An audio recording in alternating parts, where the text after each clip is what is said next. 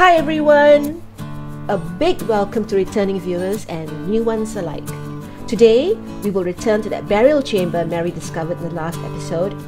I made a big boo-boo there, but it's a good lesson for all, especially newbies. So do watch and learn. I will also show you how I expanded the big farm build, so you will get a peek at that. We will also explore the Black Forest a bit, and I will show you how I like to mine copper and get some benefits from doing it this way. We end with the troll fight and how that can be a useful tool besides getting coins and troll hide. I hope you enjoyed this video. I had a lot of fun making it. Cheers to all of you who make it to the end of this video. Well, let's start. Upon entering a burial chamber, be careful. Look around carefully. There could be skeletons about. Next, place a campfire. Great, I see a circling core. I needed to make the portal, the charcoal kiln, and the smelter. Yellow mushrooms are used to make the meat base for stamina. Before you open any door, make sure you're at full health and stamina. If not, sit down and rest at the fire till you're ready. Ooh, a rancid remains. They are stronger than skeletons and deal 20 blunt damage and 30 poison. They are weak against blunt and fire. Notice how my block prevented the blunt damage but the poison got through? I left the tomb so that I could recover. If I had used the torch instead of the flint axe, I would have done more damage and killed it faster. The torch has 4 blunt damage and 15 fire damage. It is faster than the axe too. The drawback with the torch is that it has low durability. The club would have been a better weapon too, but I chose to stick with the flint axe. The flint axe did a poor job. My health is low now. I sit down by the fire to recuperate and get the rested effect. This will allow me to regenerate health and stamina faster. More yellow mushrooms. An evil bone pile. This is a skeleton spawner. It can spawn up to a maximum of 2 skeletons within 20 meters. There's a chance to spawn in starred skeletons as well. Get rid of it as soon as you can. More circling cores. That's great. We can also find treasure like amber pearls, rubies and coins in rooms like this one, or entryways. There will also be chests with similar items as well as arrows. Although the flint axe is not a good weapon to fight skeletons with, if you are careful you can get by. I don't remember the flint axe being this hard in the past.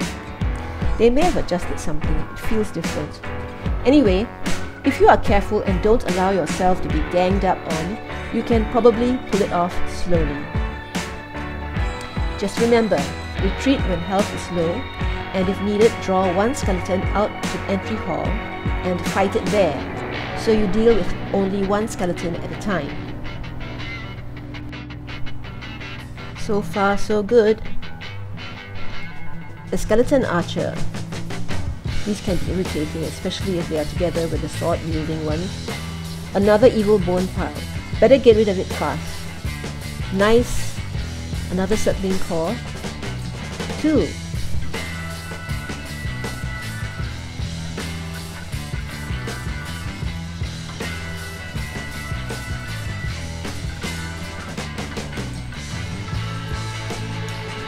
Uh-oh. I'll be in trouble if I'm not careful. A swarm of them and an evil bone pile as well. I better get out of here. Phew, I made it out. That was lucky. Not bad. I kill the ones that follow me out. My health is low, so I sit down. But the smoke from the fire begins to suffocate me. I get up and make a big mistake. Instead of waiting till my health revives, I run back into that room full of skeletons. Foolish, foolish, foolish, and still that is not the worst of it. At this point, I know I should leave, but I continue to swing my stupid axe, and bam, I'm dead. Guess where I wake up?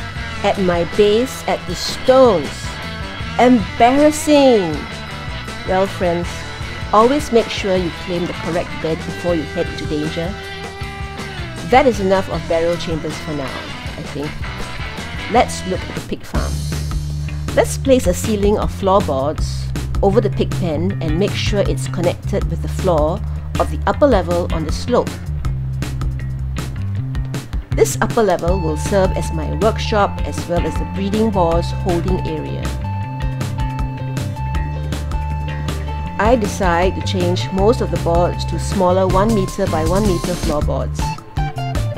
This is important as the central boards will be removed later to allow the babies to fall below, yet still allow the parents to cling to the top.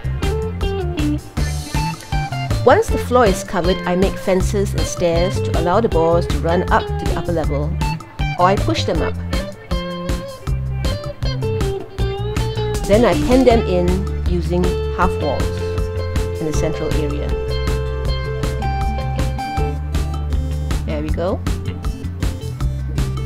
Let's go check out the Black Forest. Enough building for now. I want to locate some copper, more burial chambers and harvest other resources. I've found several new burial chambers I can go raid later. Thistle. This is an important resource. It is used in making meals like sausages and making meat bases like poison resistance. It is also used in building the spice rack. Oh great! A copper node.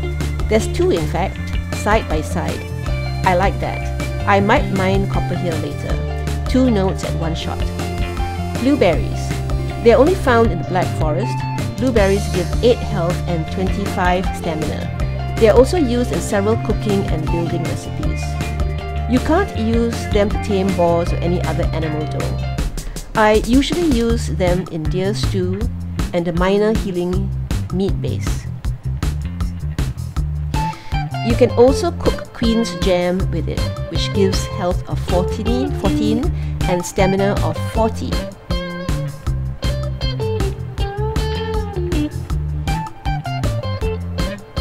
Oh, another burial chamber. There seems to be a fight going on. I wonder who it is between. Sounds noisy. Sounds like a troll. Yes, it's a troll. Oh my goodness.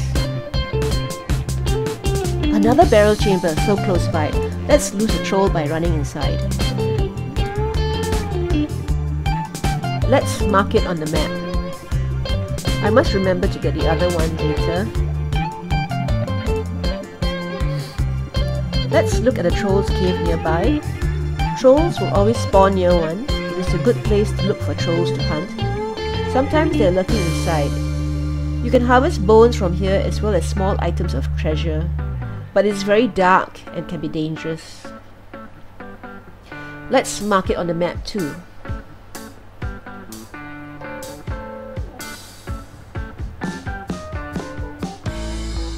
Okay, back to building. I'm going to dig the dirt down till we have about 10 meters of distance from the ceiling above. I'll keep an eye on the wooden fences and walls too, so they don't collapse. I will reinforce them with more stake walls temporarily.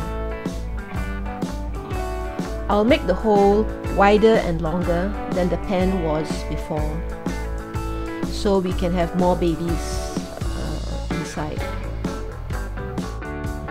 I need to extend the workshop floor out by 1 tile since I have broadened the pen below. Next, I'm going to add support to the floor of the base using an outer dirt wall. This dirt wall will also serve as a protection from grey dwarfs and trolls. Once you get the knack of raising dirt, it is quite easy, but it will take some practice. As you can see, you need to be behind the dotted line you can see on the screen. As long as you're standing within that area, you can raise the dirt beyond it. I will continue in this way around the whole base. I'm going to extend the wall on the other side as well by another tile. I have placed some wood walls as a guide. Then I raise the dirt on the other side of the wall. This way, I get one tile of space between the dirt and the present building. As I raise the dirt, I try to level the top of the wall as I go. I need this area to be easy to run across, as it will serve as a platform to shoot arrows at mobs from. At some point in the future, I may even dig a ditch on the outside of the dirt wall, so that trolls are a little further away from the wall and won't be able to smash the roof of the base. I've almost done 3 sides of the base so far. Now I want to extend the workshop floor to touch the back of the dirt wall.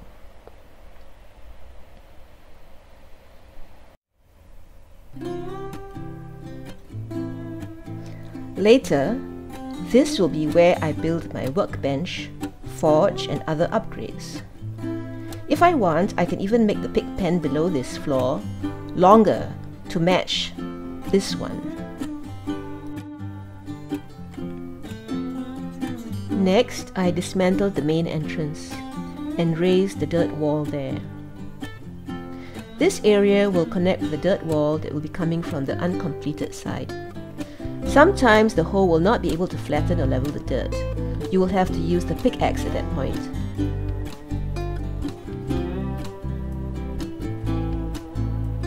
Okay, the dirt wall is finally going to connect all the way around. We now have a slightly bigger and much safer pig farm base. Such a simple building strategy, but I thoroughly enjoy it. Almost feels like Noah's Ark. I will have to roof it up later.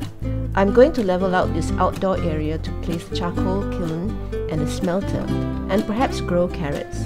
Silly me, I feel very happy as I run around the top of the wall, looking at my work. Time to place my workbench and upgrade it to level 2 by placing the chopping block under it and a tanning rack to the side and back of it. To upgrade it any further, I will need bronze. Okay, let's look at copper mining. Okay, this is how I like to harvest copper.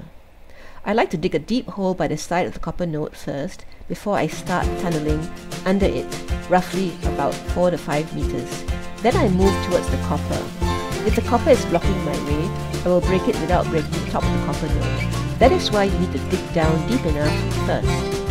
In essence, I am making a cave while harvesting copper at the same time. You can place a bench under the copper inside the cave. This is considered sheltered, so you can repair your antler axe as often as needed. It will also allow you to raise dirt to block any holes you accidentally make in the copper ceiling.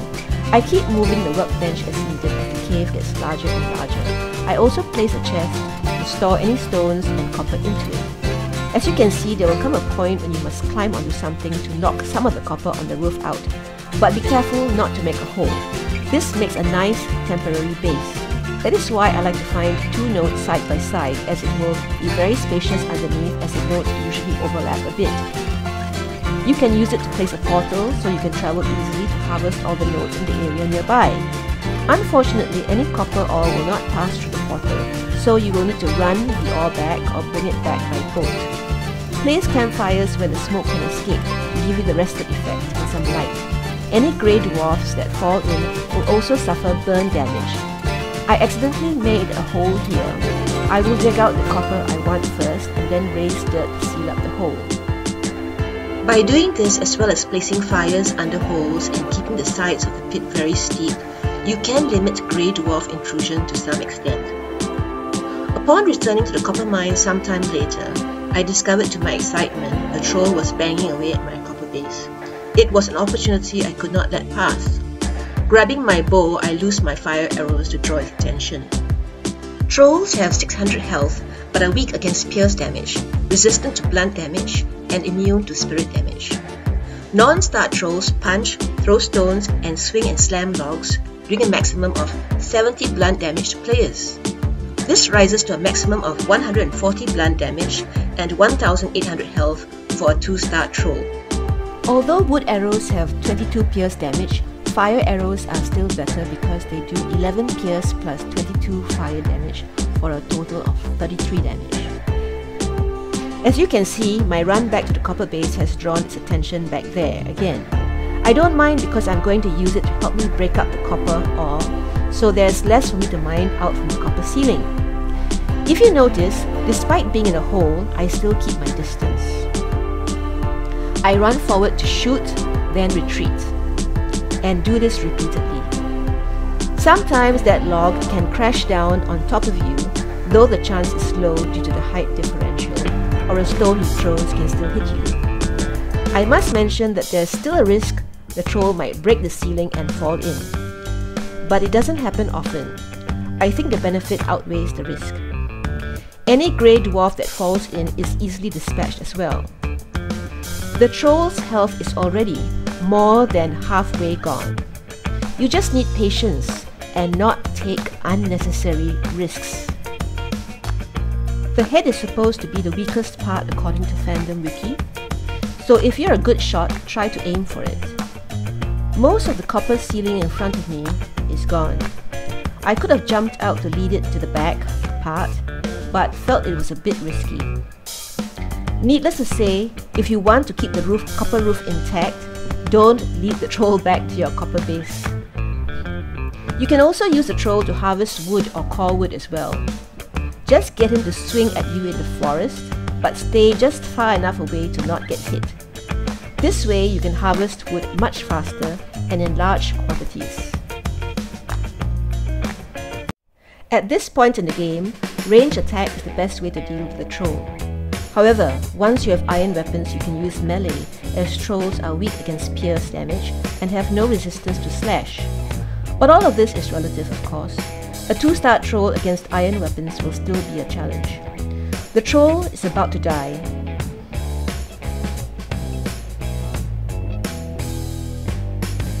There we go. Other than all the rocks and copper he has bashed up for us, we will get 5 troll hide, 20 plus gold coins, and a 50% chance for a troll trophy from it.